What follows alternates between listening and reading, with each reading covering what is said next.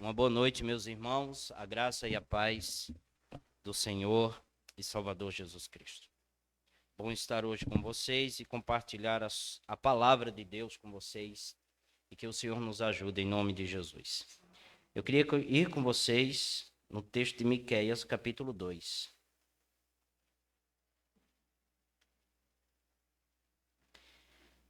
Miqueias, capítulo 2.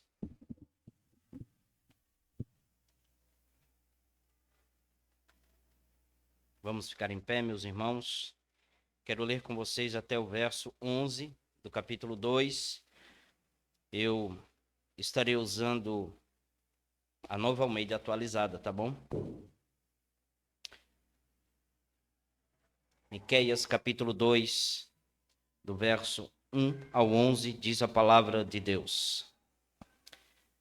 Ai daqueles que ainda no seu leito imaginam a iniquidade e planejam mal.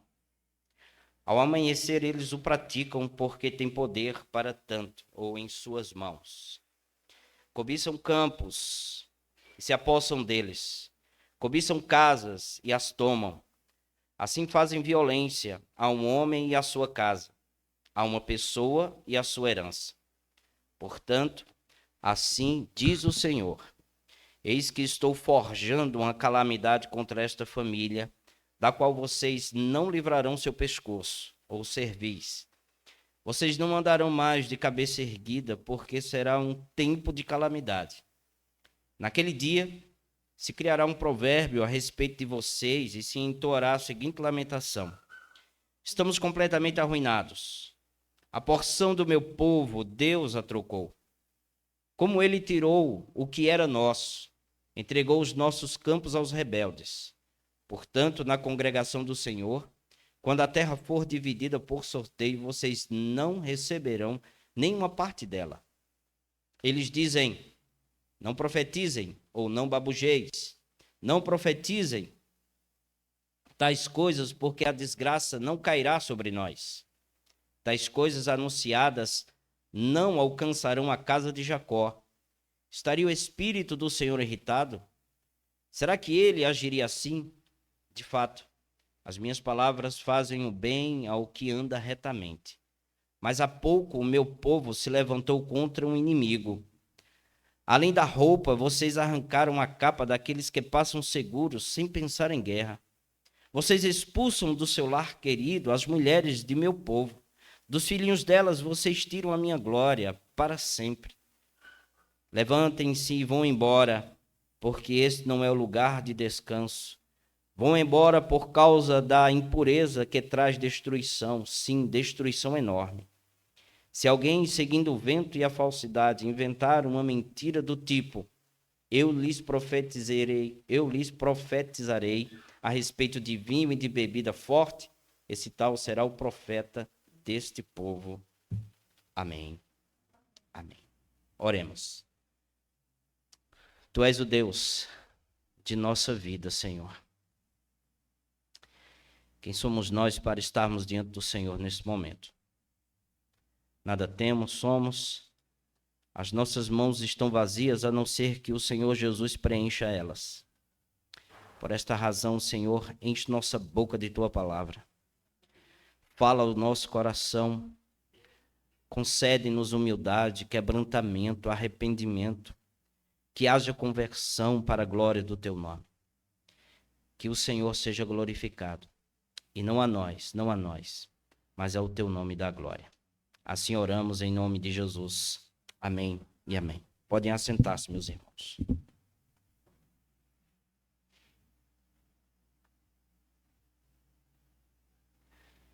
Nosso tema é que Deus reprova tanto a ganância como os falsos profetas.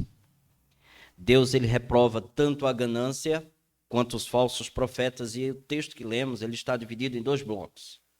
O primeiro, Deus denuncia a ganância, depois ele denuncia os falsos profetas. O profeta Miqueias, ele começa, meus irmãos, esse capítulo tratando do relacionamento com o próximo, com aquele que está ao nosso lado. Nós vimos, na oportunidade que tivemos, no capítulo 1, que Deus, ele chama o seu povo ao arrependimento. E ainda, ele vai chamar ao longo deste livro. Mas, quando nós não temos um relacionamento correto com Deus, o nosso relacionamento com o próximo, ele não fica saudável. Quando nós não estamos bem com Deus, em comunhão com o Senhor, certamente não estaremos bem no relacionamento com aqueles que estão ao nosso lado. Quando nós desprezamos os ensinamentos de Deus em nossa vida, quando não queremos andar de acordo com aquilo que Ele demanda em sua palavra, o relacionamento com as pessoas ao nosso lado será afetado. Aqui, o olhar do Senhor cai sobre a elite de Jerusalém, com suas ganâncias, e por isso o profeta diz no verso 1, ai daqueles que ainda no seu leito imaginam a iniquidade e planejam o mal. Por esta razão nós podemos ver alguns pontos. O primeiro dele é maquinando o mal. Quando olhamos para esse capítulo, vemos a acusação de Miqueias, muito específica. Ele direciona a sua palavra, tanto para os gananciosos quanto para os falsos profetas. Ele falou no capítulo 1 dos pecados de Samaria, dos pecados de Jerusalém de forma geral. Aqui ele direciona para os ricos gananciosos, daqueles que não se cansam de aumentar suas riquezas e com excessivas opressões aos pequenos camponeses do tempo de Miqueias. Preste atenção no texto. Ai daqueles que no seu leito imaginam a iniquidade e maquinam o mal, ou projetam o mal. O profeta estava sendo inspirado pelo Espírito Santo do Senhor de tal forma, de tal maneira, que ele estava informando que a elite, no seu quarto, no seu leito, tudo trancado, estava maquinando o mal às escondidas. Isso só pode ser uma obra do Espírito de Deus. Isso só pode ser uma obra de Deus. Então a colocação desse profeta nos faz lembrar o texto do escritor aos Hebreus, que diz o seguinte: não há criatura que não seja manifesta na sua presença. Pelo contrário, todas as coisas estão descobertas e expostas aos olhos daquele que temos de prestar contas. Capítulo 4, verso 13. Deus estava vendo o que os ricos gananciosos de Jerusalém estavam maquinando nas suas camas, nos seus leitos. Vocês podem prestar atenção que não foram pessoas que cederam a uma tentação, gente. Não foi uma fraqueza repentina que chegou na vida deles, mas eles estavam planejando, maquinando, forjando o mal para praticarem logo cedo de manhã. Eram opressores determinados. A noite que Deus tem nos dado é para o descanso, e o descanso é uma bênção de Deus.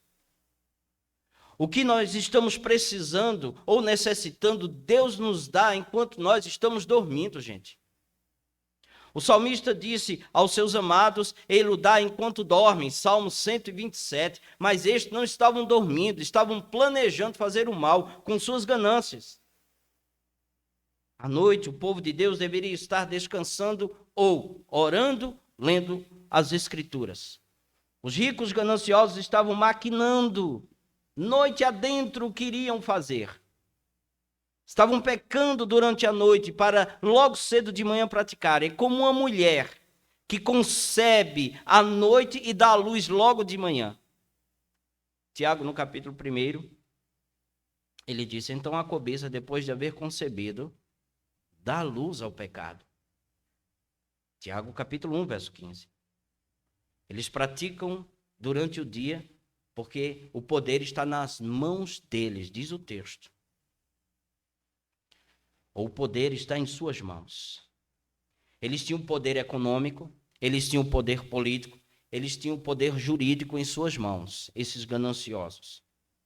Esses ricos gananciosos pensam que todo problema do ser humano é seus objetos. São casas, são campos. Atrás deles o profeta vê as pessoas.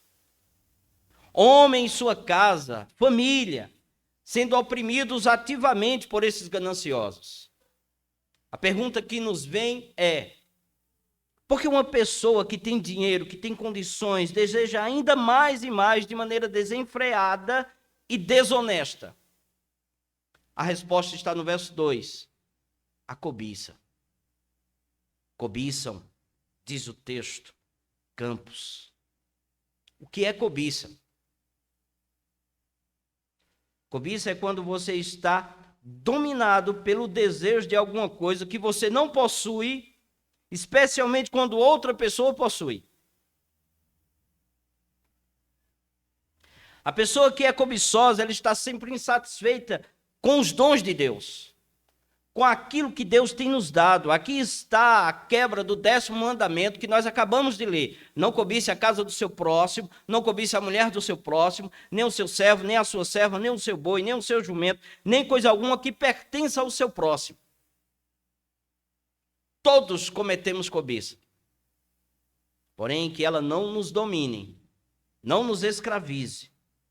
Por isso devemos suplicar a Deus que Ele nos ajude, que Ele nos abençoe, que Ele não nos deixe ficarmos escravos da ganância. O tempo do profeta Miqueias, como já falamos, é um período em que é antes da invasão babilônica. Os assírios estavam invadindo, tomando todas as coisas. Era uma disciplina da parte de Deus exatamente por essas ganâncias. E ele agora vai falar de modo específico para aqueles que têm condições e que dominam todas as coisas, até a parte jurídica, econômica e política. Miqueias está nos ensinando que devemos lutar contra o espírito cobiçoso. Aqueles que cobiçam são escravos de posses e são dominados por sorte da ganância. Os latifundiários aqui são um exemplo do que Paulo disse: o amor ao dinheiro é a raiz de todos os males. 1 Timóteo capítulo 6. Por isso ele nos ensina que grande fonte de lucro é a piedade com contentamento, no próprio capítulo 6. Meus irmãos, vejam os verbos no verso 2. Cobiçam, apossam, tomam, fazem violência. Esses empresários sórdidos, os latifundiários, não estavam fazendo suas riquezas com comércio justo, mas com engano, com fraude, com manipulação. É importante observar que nem Miqueias, nem toda a palavra do Senhor condena a riqueza adquirida de maneira justa, de maneira honesta. Aqueles que geram riquezas, eles podem ser uma bênção para a sociedade e são uma bênção para a sociedade, criando empregos, aumentando o nível de vida em geral. Aqueles que se tornam ricos por meio de produtos úteis ou serviços valiosos devem ser admirados, mas não invejados. A situação desses latifundiários era triste em Jerusalém, porque a estrutura econômica foi estabelecida por Deus e sua aliança com o seu povo. Quando Israel entrou na terra prometida, foram distribuídos lotes e as terras para as clãs e para todo o grupo que o Senhor havia dividido. Isso está em Josué, capítulo 14 e o capítulo 21. Todas as tribos receberam a sua parte.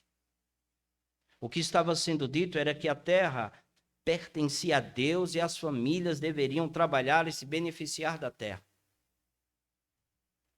Era obrigação e privilégio preservar a herança da família diante do Senhor, diante de Deus. Porém, estes homens estavam tomando as terras por causa da cobiça, por causa da ganância. E eu vou repetir, eles tinham influência política, econômica e jurídica. Quando não matavam. Um exemplo disso, poucos anos antes de Miqueias, foi quando o rei Acabe, ele tentou comprar uma vinha de Nabote. Este se recusou a aceitar porque ele tinha direito, a terra era dele. Ele tinha o direito de vender e ele tinha o direito de recusar. Acabe fez uma oferta generosa. Mas ele não quis vender, estava sobre sua responsabilidade e direito. Nabote disse o seguinte: que o Senhor me livre de lhe dar a herança de meus pais. Primeiro livro dos Reis, capítulo 21. Quando Jezabel, a esposa má de Acabe, organizou o assassinato de Nabote para conseguir sua terra. O profeta Elias prometeu a ela vingança. Por essa razão, o profeta diz: ai daqueles. Isso estava sendo corriqueiro no tempo do profeta, tanto Isaías, que é contemporâneo de Miqueias, mostrando que os homens estavam tomando tudo dos mais vulneráveis, dos mais pobres. E diante disso, o julgamento é elaborado. Vale a pena observar que, enquanto estes latifundiários maldosos estavam maquinando mal à noite, pensando que todos estavam dormindo, tinha alguém que não estava dormindo: o nosso Deus. O Salmo 121 diz: é certo que não dormita nem dorme o guarda de Israel. Deus estava observando tudo, disse o profeta. Portanto, assim diz o Senhor no verso 3: eis que estou forjando uma calamidade contra esta família, da qual vocês não livrarão seu pescoço. Vocês não andarão mais de cabeça erguida, porque será um tempo de calamidade. Assim como os latifundiários maquinavam o mal contra o povo, Deus também estava forjando um julgamento contra eles. Deus estava trazendo calamidades contra aqueles que traziam calamidades contra o povo. Nós devemos prestar atenção em tudo isso. Se há uma classe política em nosso país, e há uma classe política que toma o que é nosso, gente, Deus não vai passar a mão por cima disso, ele vai derramar juízo e julgamento. Ele vai maquinar o mal, porque Deus pode fazer isso, por conta dele ser o nosso Criador e Senhor e Redentor. Ele tem todo o direito, porque a terra é do Senhor. As riquezas, os recursos são do nosso Deus. A calamidade que Deus traz, ela é inevitável, meus irmãos, inevitável. O texto diz: vocês não livrarão seu pescoço, não livrarão, vocês não conseguirão. Alguns textos diz cerviz. Um animal com um jugo no pescoço, na cerviz, ele pode se revirar, ele pode reclamar, porém ele não pode se livrar. É exatamente isso que Deus está dizendo. Vocês podem ir para todos os lados, vocês não irão se livrar do julgamento.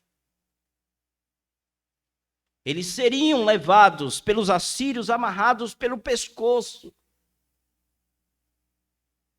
Eles não andarão com a cabeça erguida, altivo, orgulhosos, por terem cobiçado os outros e terem adquirido terras e mais terras, campos e mais campos. Eles iriam para o exílio assírio de cabeça baixa, envergonhados, porque Deus não deixa o pecado impune, gente. E é Deus mesmo, pessoalmente, que traz a calamidade contra esses pecadores. O texto diz: eis que estou. É Deus falando: eis que estou. Parafraseando, é eu que estou fazendo isso. O pecado é julgado por Deus pessoalmente.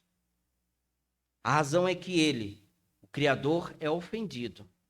Quando cometemos pecado contra os outros, afrontamos a santidade do nosso Criador. Quando se peca contra o povo de Deus, ele pessoalmente fica indignado. Ele disse através do profeta Zacarias: porque aquele que tocar em vocês, tocam na menina dos meus olhos. Capítulo 2, verso 8. Esse é um consolo para um cristão aflito. Para alguém que está sendo afligido, angustiado por outros. Deus é o nosso consolo. Se ele não se vingar aqui, nesse momento, nesse tempo, um dia o juízo de Deus há de se manifestar por meio do varão que ele destinou, chamado Senhor Jesus Cristo.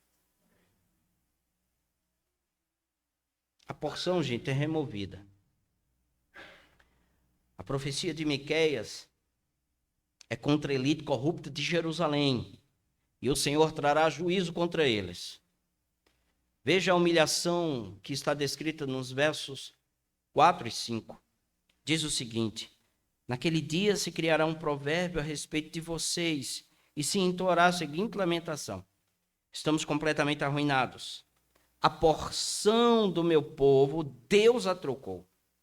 Como ele tirou o que era nosso, entregou os nossos campos aos rebeldes. Portanto, na congregação do Senhor, quando a terra for dividida por sorteio, vocês não receberão nenhuma parte dela. Quando vocês voltarem do cativeiro, vocês não receberão nada. É isso que o Senhor está dizendo.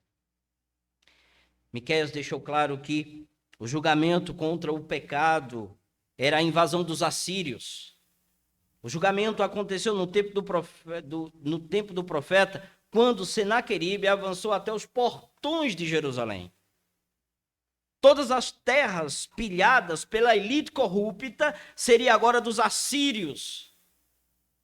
A porção de Deus foi removida, porque as terras que eram das famílias de Judá agora serão dos assírios. Será distribuída para os invasores, porque Deus está fazendo isso, derramando julgamento contra aqueles que tomam aquilo que é dos outros.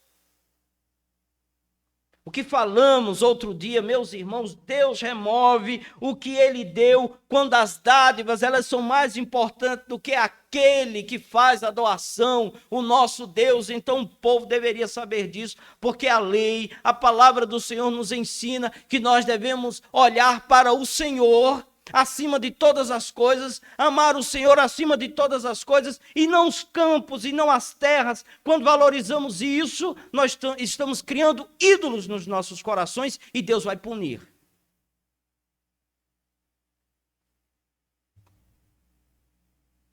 Isso pode acontecer e é um alerta para o cristão e as igrejas. O Cristo exaltado alertou as 7 igrejas na Ásia Menor, dizendo o seguinte: se não se arrepender, dizendo à igreja de Éfeso, virei até você e tirarei o seu candelabro, a igreja, do lugar dele. Apocalipse 2, verso 5. A igreja de Éfeso não se arrependeu dos alertas do Senhor. E a igreja ela foi removida de Éfeso. Passou séculos sem o cristianismo ali, ausente durante séculos. É um testemunho eloquente da seriedade da advertência de nosso Senhor Jesus Cristo. O mesmo vale para as igrejas que deixaram de ensinar a palavra de Deus com fidelidade. Se nós abandonarmos a palavra do Senhor, Deus pode mover essa igreja. Ela pode ter 200 anos. Mas Deus move.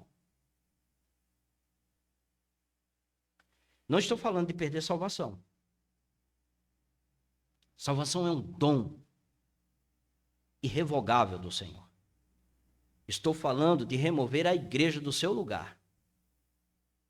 Porque Deus é dono da igreja. Cabe a nós não abandonarmos a palavra do Senhor. E louvado seja Deus, porque Deus tem preservado esse púlpito com a sua palavra. Nós somos bem-aventurados. Naquele dia, o verso 4 afirma, naquele dia, o dia da vinda do Senhor será um dia de julgamento para os ímpios e um dia de esperança para o povo de Deus, daquele que é justo em Jesus Cristo, daquele que recebeu os benefícios do sacrifício de nosso Senhor Jesus.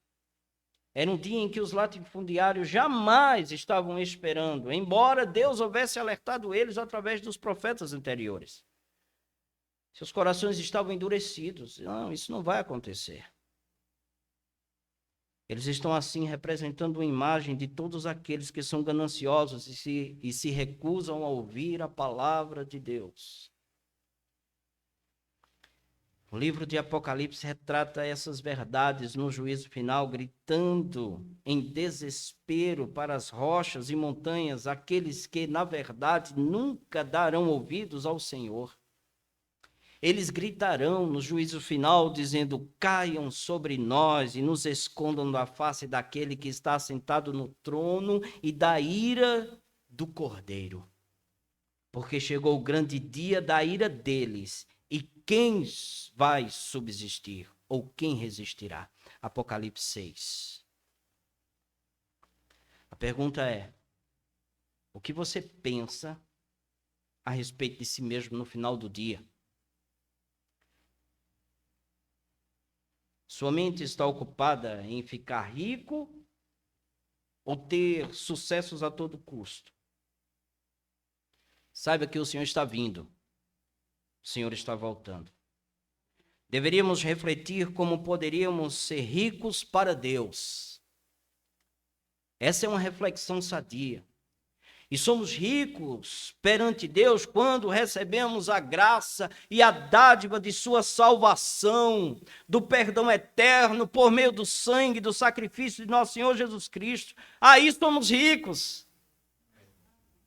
Somos ricos quando recebemos a dádiva da vida eterna. Somos ricos quando perante Deus oferecemos nossas orações e gratidão em nosso coração, em nossas camas, e maquinamos fazer o bem no outro dia. Somos ricos perante Deus quando investimos nossas energias e força para o reino de nosso Senhor Jesus Cristo, usando os nossos bens de todas as formas para que o evangelho de Deus seja proclamado e anunciado. Se somos ricos perante Deus, nada temos de temer com a vinda de nosso Senhor Jesus Cristo. Na verdade, este será um dia ditoso, um dia alegre, de esperança cumprida, realizada de maneira cabal, perfeita para o nosso coração, porque Cristo fez isso. Portanto, louve ao Senhor e engrandeça o seu nome. Bendiga Ele em seu coração, submeta-se ao Evangelho de Jesus, creia nele, invoque Ele como seu Senhor e Salvador. Deus, Ele condena a ganância e os gananciosos, como também os falsos profetas. Nós sabemos que todos aqueles pregadores que têm um ministério fiel da palavra de Deus sofrem algum tipo de oposição. A palavra de Deus nos ensina que o Deus desse século cegou o entendimento dos incrédulos ou dos descrentes, para que não lhes resplandeça a luz do evangelho da glória de Cristo, ao qual é a imagem de Deus, segundo aos Coríntios, capítulo 4, verso 4. O diabo muitas vezes cega o entendimento dos descrentes por meio de falsos profetas, com o propósito de que o evangelho de nosso Senhor Jesus Cristo não salve pecadores. Eles tentam fazer isso, mas não conseguem, porque Deus é soberano, porque Deus é Senhor. E onde houver um eleito, Deus vai buscá-lo. E ele o busca pela pregação fiel, não pela pregação dos falsos profetas, que hoje está assim, eivado, cheio. Na segunda carta aos Coríntios, sabemos que o apóstolo Paulo, quando ele escreve esta carta, ele mostra que há oposição de falsos apóstolos ali.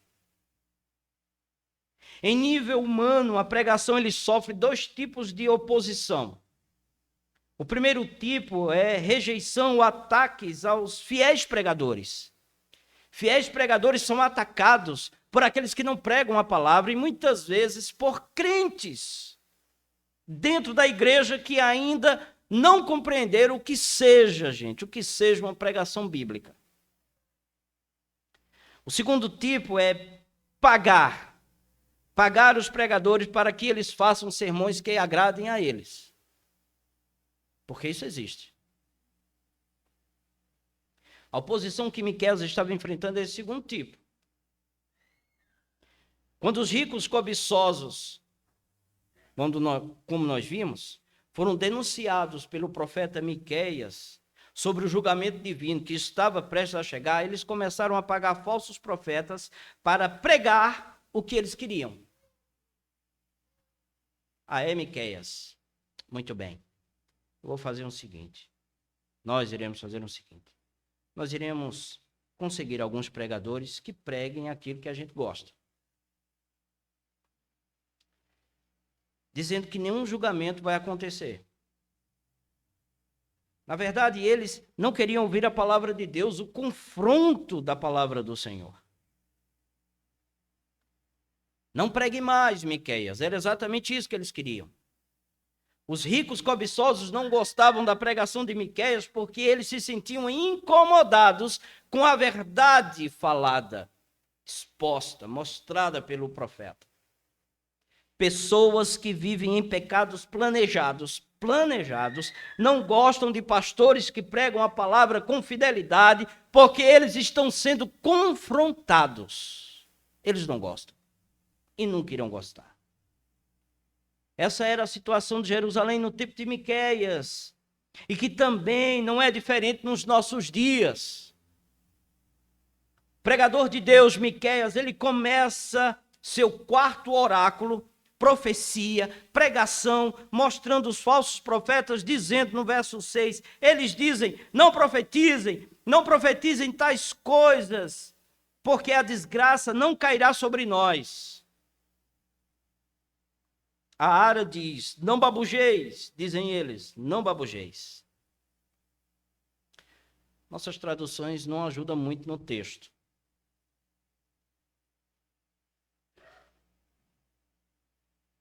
A palavra significa, em sentido figurado, profetizar, em sentido figurado. Mas também pode significar gotejar. Cair em gotas como uma goteira. Não tem aquela goteira que fica o dia todo, pluf, pluf, pluf, incomodando. Em outras palavras, o que eles estavam sendo acusados, estavam dizendo o seguinte, que tagarela, que pregador chato. Porém, Miqueias usa essa palavra contra os inimigos de Deus quando diz, eles dizem, ou dizem eles. Esta frase ela tem a raiz de babujeis, como falamos, e poderíamos parafrasear da seguinte maneira, pare de pregar. Pare de pregar. Ele prega sem parar. Isto era o que os falsos profetas estavam pregando contra Miqueias, para ele parar de pregar. O que estava incomodando os falsos profetas era que a pregação de Miqueias e seus inimigos estavam declarando condenação. E seus amigos, melhor dizendo, estavam proclamando ou declarando o julgamento de Deus, a proclamação do juízo divino contra aqueles ricos gananciosos. Miqueias não somente enfrentou os ricos cobiçosos, que exploravam os pobres, mas também enfrentou pregadores que apoiavam a cobiça dos seus patrões.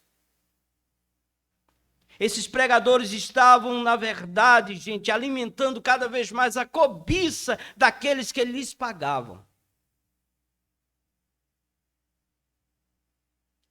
Quando falamos de ricos, aqui não estamos falando com viés político, porque a cobiça atinge tanto o rico quanto o pobre. Atinge todos os seres humanos, porque todos caíram. Todos são pecadores. Miqueias não somente enfrentou esses ricos cobiçosos, mas também esses pregadores e exploradores. Na história do povo de Deus sempre houve falsos profetas.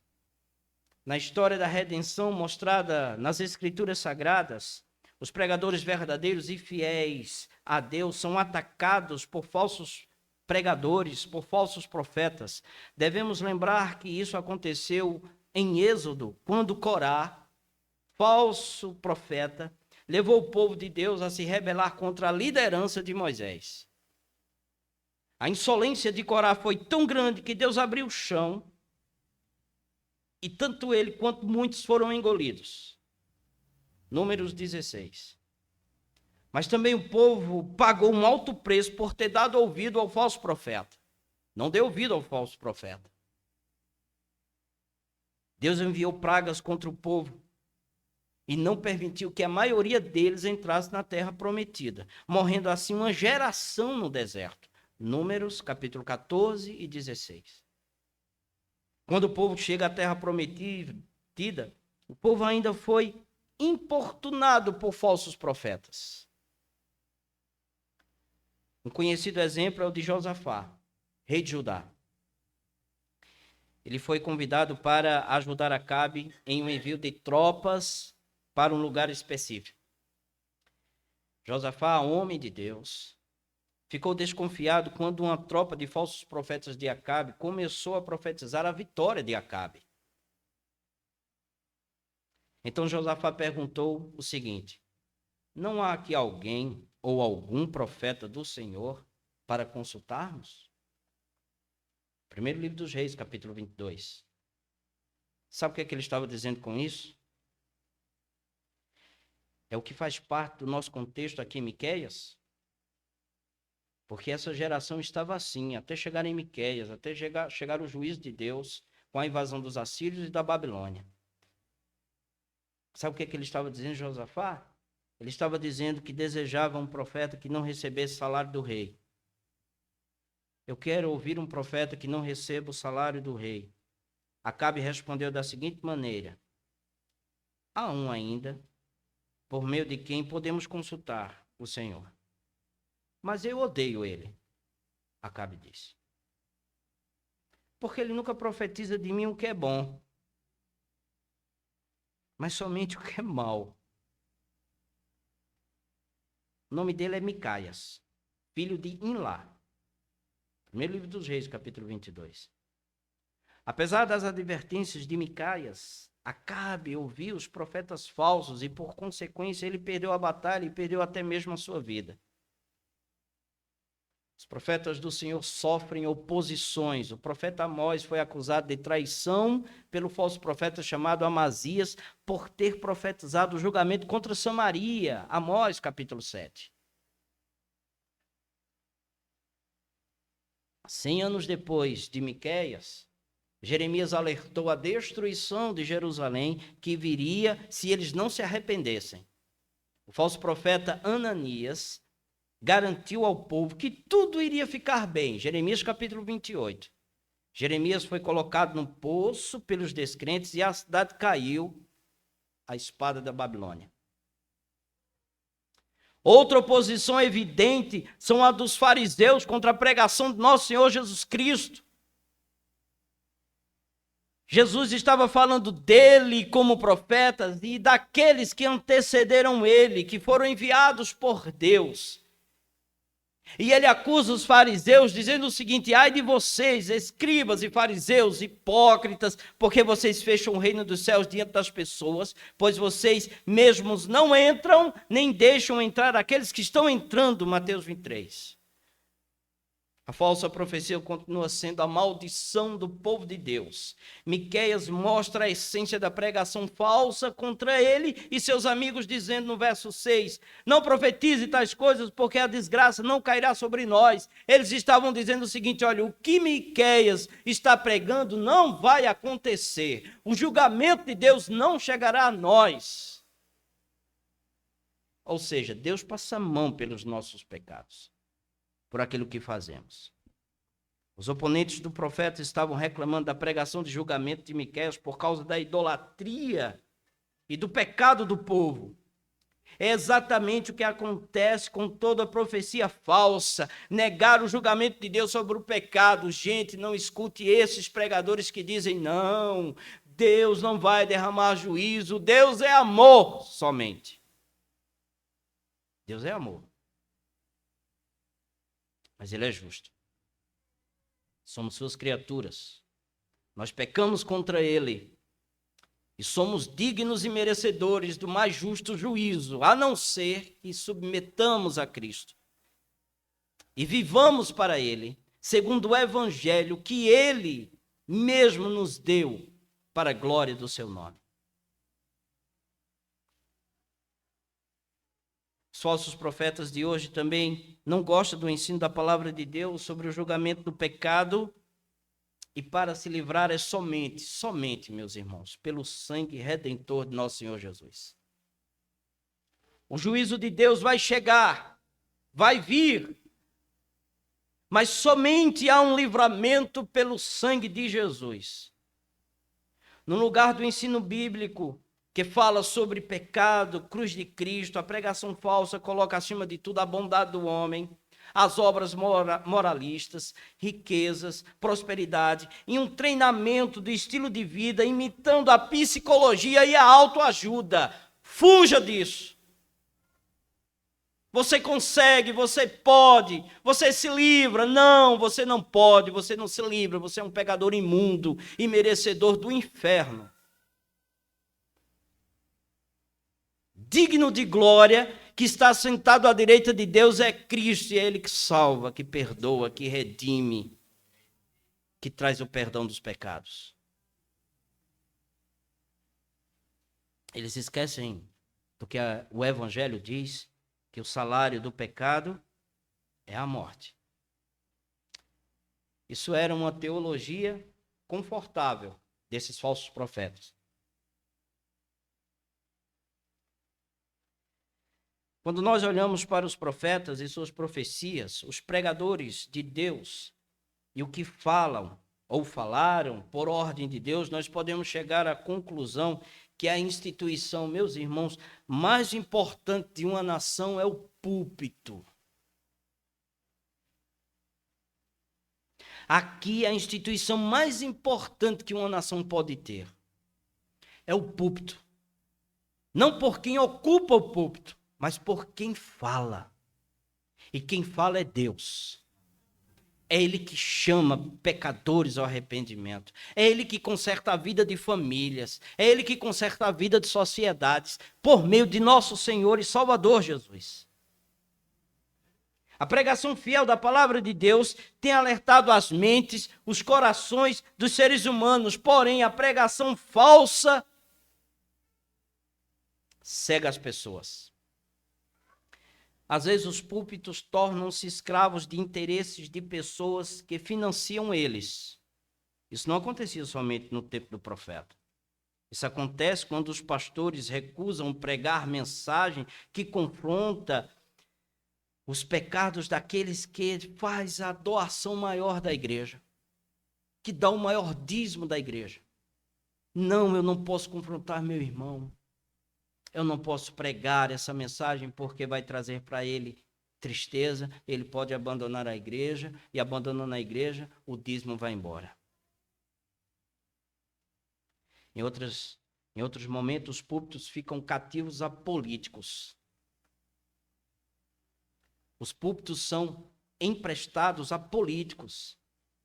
Existe também o caso de algumas pessoas que aconselham que, mudando o tipo de mensagem, uma mensagem mais relevante, vai aumentar o tamanho da igreja.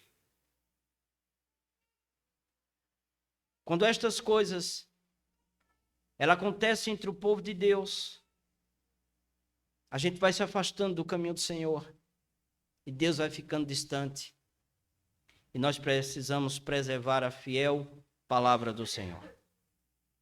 Prestemos atenção de forma dos falsos profetas justificarem suas doutrinas pervertidas. Como era que eles faziam isso? Miqueias diz que eles pregavam uma doutrina confortável.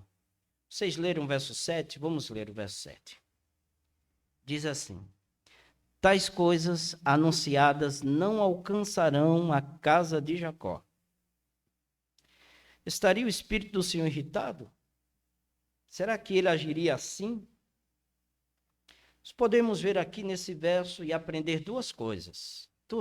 O primeiro, uma teologia falsa, baseada somente em um aspecto do caráter de Deus, vai deixar a igreja deficiente.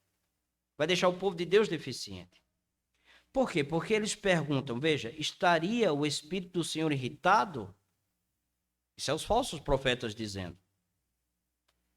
Porque os falsos mestres estavam baseando sua teologia em somente o aspecto do caráter de Deus. Sua bondade, seu amor, sua misericórdia. Porque eles estavam lembrando ao povo da paciência e da graça de Deus. Eles estavam lembrando ao povo da revelação de Deus a Moisés. Sabe o que era que esses falsos profetas estavam pregando? A palavra.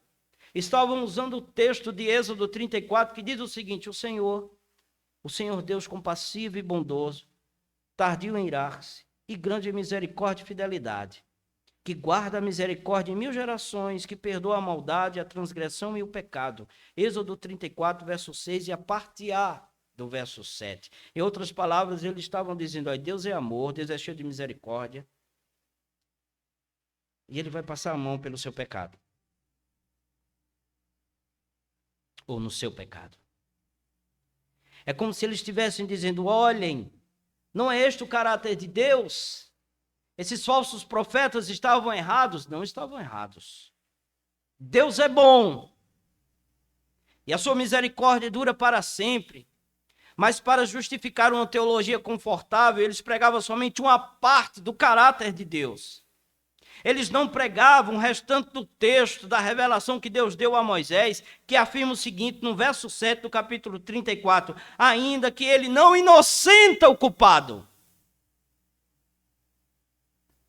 e visita a iniquidade dos pais nos filhos, e nos filhos dos filhos, até a terceira e quarta geração.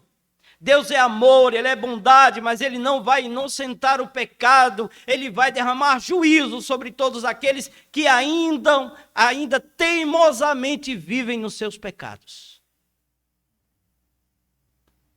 A não ser que se arrependa e creia no Cristo, no varão destinado para a salvação eterna de todos os pecadores.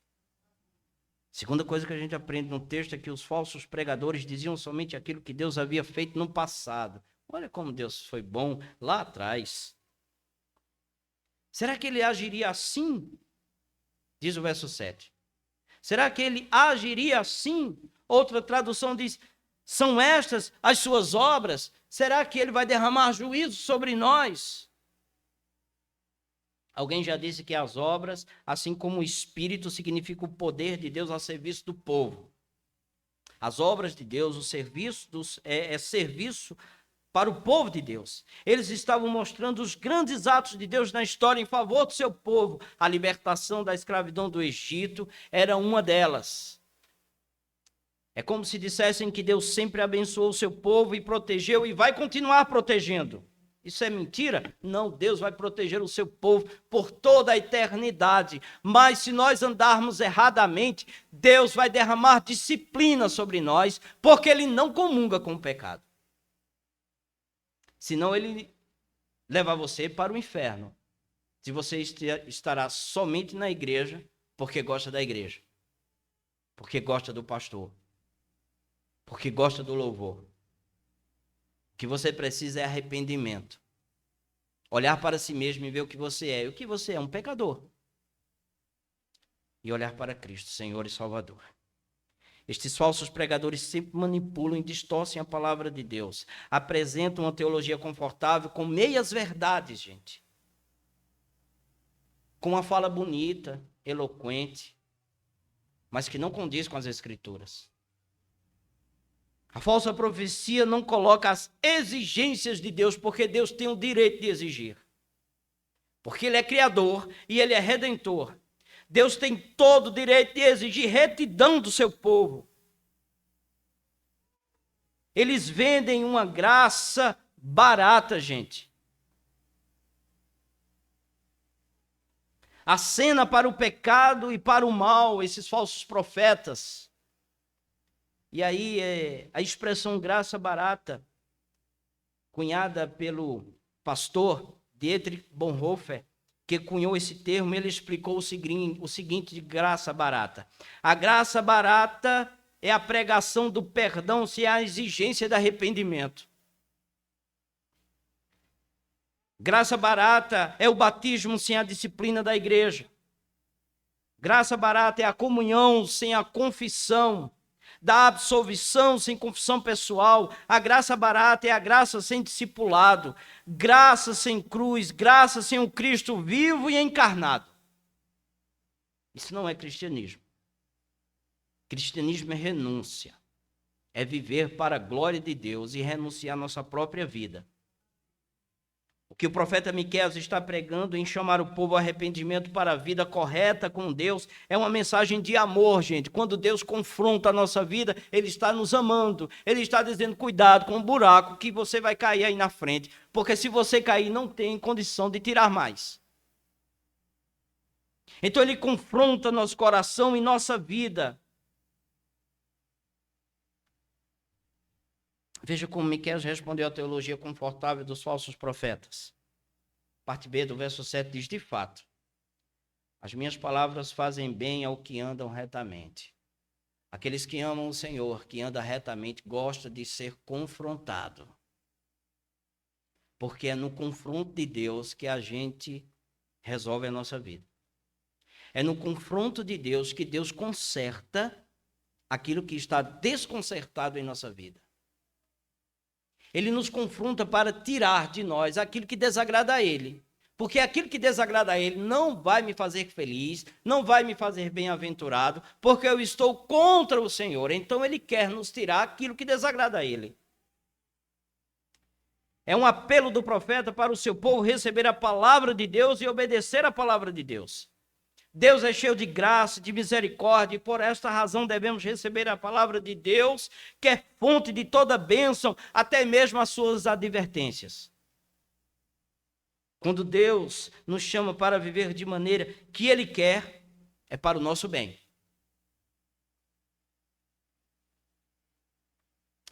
Na igreja de Arco Verde, nós cantávamos o Salmo 19. A lei do Senhor é perfeita e restaura a alma.